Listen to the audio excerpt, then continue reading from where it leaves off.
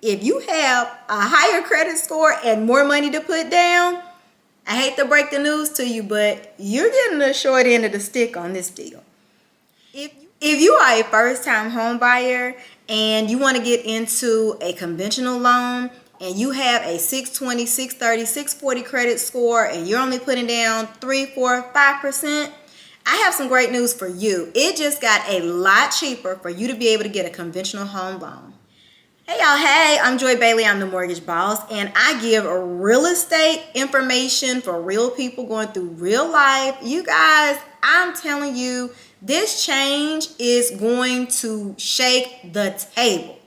I'm going to be really brief and telling you guys about what the changes are and what those changes mean, just so you have an idea of what loan product may be the best one for you coming up as you purchase your homes this spring.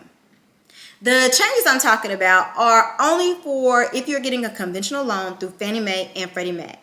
If you are getting an FHA loan, a VA loan, a USDA loan, a jumbo loan, or any type of non-QM product like a bank statement loan, I am not talking to you. This is only for people that want to get conventional home loans.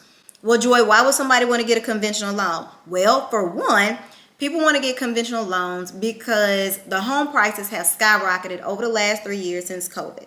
And that has really put some borrowers that were getting FHA loans into a box, because FHA only allows you to go up to a particular loan amount, where that loan amount is actually significantly less than if you were able to borrow to get a conventional loan. These changes that are taking place are designed to make home accessibility wider to the masses. The Biden administration is very friendly toward the needs of anybody who is a first-time home buyer. They want to open it up so that this product, which is, again, a conventional loan, is going to be somewhat more competitive with an FHA product. So let me show you how this works. Whenever somebody contacts me, they'll say, hey Joy, what's today's rate? Whatever. I'll go through the whole rigmarole, but I'm really only getting a couple of pieces of information to be able to determine what loan product, FHA or conventional, that they qualify for. So these questions that I'm asking are reflective of loan level pricing adjustments, known as LLPAs. The reason why it's going to be a lot cheaper for somebody with a lower credit score putting less money down is because the FHFA, who is the regulator of Fannie Mae and Freddie Mac, have drastically reduced and even eliminated a lot of the things that those loan level pricing adjusters impacted to make their rate higher in the past. So, well, Joy, if the people with low credit and less money down are getting better rates, and I know you tell me on your channel that there's no such thing as free, who's making the payments? Who's paying the difference? Well, the people with the higher credit scores and more money to put down. So you used to want to listen to Dave Ramsey and Susie Orman and all of the people when they said, oh, you only need to buy a house when you get 20% down, and you want to make sure you have like a 740, 750, 780 FICO score because you're going to get the best rate. Well, guess what? Those days are now long gone. The changes that are coming up on May 1st are going to impact those borrowers in a negative way. I want to say that again. Yes, you heard me correctly. If you have a higher credit score and more money to put down, I hate to break the news to you, but you're getting the short end of the stick on this deal. If you are a first-time home buyer and you are putting down 5%, you are going to have significantly lower closing costs and or lower interest rate than the same scenario with somebody with a 730 FICO score putting down 15%. I know I keep repeating it because I want you to hear what is happening. You guys, listen. So the loan level pricing adjustments include things like, what type of property is it? Is it a condo? Is it a single family home? How much money are you putting down? 5%, 10%, 20%. Includes things like, where is this property located? What is the purpose of this property? Is it a primary residence? Is it a second home at the beach? Is it an investment property? All of those things, including the credit score, is what makes up what your individual rate is going to be. It used to be when people would call and say, hey, Joy, I have a credit score and it's a 640. I will automatically say, okay, well, I know FHA is going to be the best option for you, simply because FHA doesn't have the same differences, is the best way to say it, as a conventional loan. They're not going to get hit as hard with FHA as they would with a conventional loan. So now you have a conventional loan that's going to be a little bit more competitive with FHA. The only big caveat to that is, though, because I don't want anybody to say, oh, well, I'm automatically going to get a conventional loan. The problem is with that assumption is that the mortgage insurance for a conventional home loan is still going to factor in your low credit score, the low amount of money that you're putting down, and it's still going to hit you. So let's just, for the sake of numbers, because I really don't know, I'm totally making this up. Let's say with the FHA loan and you're getting a $400,000 loan. Let's say with FHA, your mortgage insurance is $300. Whereas that same scenario, if you have a lower credit score and you're going into a conventional loan, you might end up with, about the same interest rate as an FHA rate. However, that $300 mortgage insurance now has ballooned to say $500 or $600 because of the negative factors that I just talked about. So there's some pros, there's some cons. It's for you to decide. But again, these are new opportunities that are going to be extended to you that really weren't financially advisable in the past. This is also a good thing because most people know that with FHA, that mortgage insurance is there for the life of the loan, and the only time that you could get out of it is to do a refinance, which typically costs thousands of dollars to be able to get that mortgage insurance off and get you into a conventional loan once you reach 20% equity in the property. So one other thing that I want to bring to your attention is, as I was talking to all of my borrowers and saying, hey, what's your credit score? Tell me how much money you're putting down. What kind of property is it? Where is the property located? The one question that I now have to figure out that I never had to be concerned with before is, what is the debt to income ratio? This is going to shake the table. So listen up. The new guidelines are going to have to include whether or not your debt to income ratio is greater than 40% or less than 40%. This is going to impact you in two different ways. One, we always say shop around, shop around, shop around. And if you are giving the lenders that you were talking to, let's say 3 different lenders, the same, 3 or 4 pieces of information, they will all give you their rates. They will all say these are our fees. And you will be able to make your decision to decide whether or not this was going to be the lender you wanted to work with.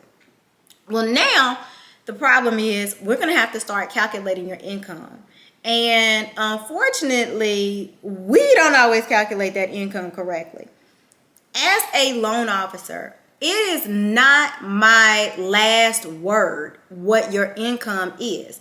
If, let's say, for example, I calculate your income as $10,000 and you only have $3,800 a month in debt, including the new mortgage that you are applying for. And I say, okay, you need to bring $42,000 to the closing table, and your rate is 6%. You're gonna be like, okay, great, I want to sign up. This is amazing. Let's move forward. Right? Well, once it leaves me, it has to go to the underwriter, because the underwriter is a person that's calculating your income and making sure that they have checked everything, every document. They make sure that you really qualify based on all of the guidelines, and they verified absolutely everything, including the calculations that I have made for your income. Well, now let's pretend that your income was calculated incorrectly. Let's pretend that, I don't know, I'm a terrible loan officer and I included bonus income I wasn't supposed to, and I included overtime income that I wasn't supposed to, and now you still have that $3,800 as your debts, but now your income has been reduced down to let's say $7,500. Your debt to income ratio now may be over that 40% threshold. So the conversation is going to look a little something like this. Hey Joy, you calculated the income incorrectly. I need you to reprice the loan and let the borrower know that they're gonna need to bring another $2,700 to the closing table. Let me know if they can still move forward, if they want to move forward. I'm gonna pick up the phone. I'm gonna call you. Hey, Mr. and Mrs. Borrower. Unfortunately, it looks like your income calculations were done incorrectly, and now you need to bring another $2,700 to the closing table. You're gonna be upset. Matter of fact, you're gonna be pissed.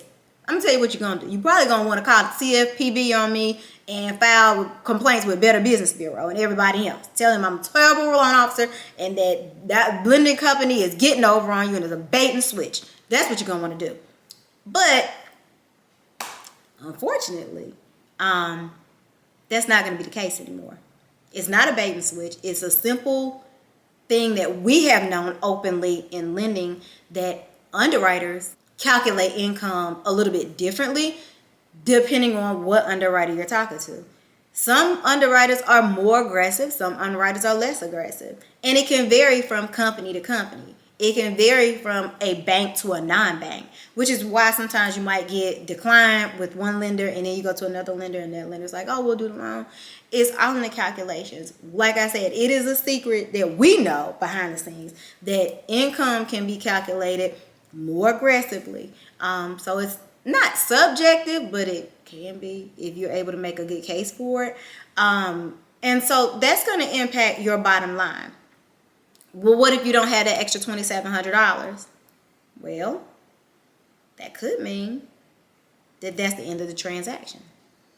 So this is going to make a huge difference on the back end as well as the front end when you are shopping around and you're like ABC company, XYZ company, LMNOP company. If these people are not assuming an over 40% debt to income ratio with you up front, let's say ABC company and LMNOP company both assume that you're over 40% and they give you two different rates, and you really, really like LMNOP company because they gave you a better rate because they were, I mean, I ain't trying to be funny when I say this, but some loan officers are a little more savvy on the truth, and they'll say, oh, this is going to be a better rate, and they'll make certain assumptions even though those assumptions are not accurate. And LMNOP company will say, hey, your rate going to be, 0.5% better, and you're going to be like, oh, this is great.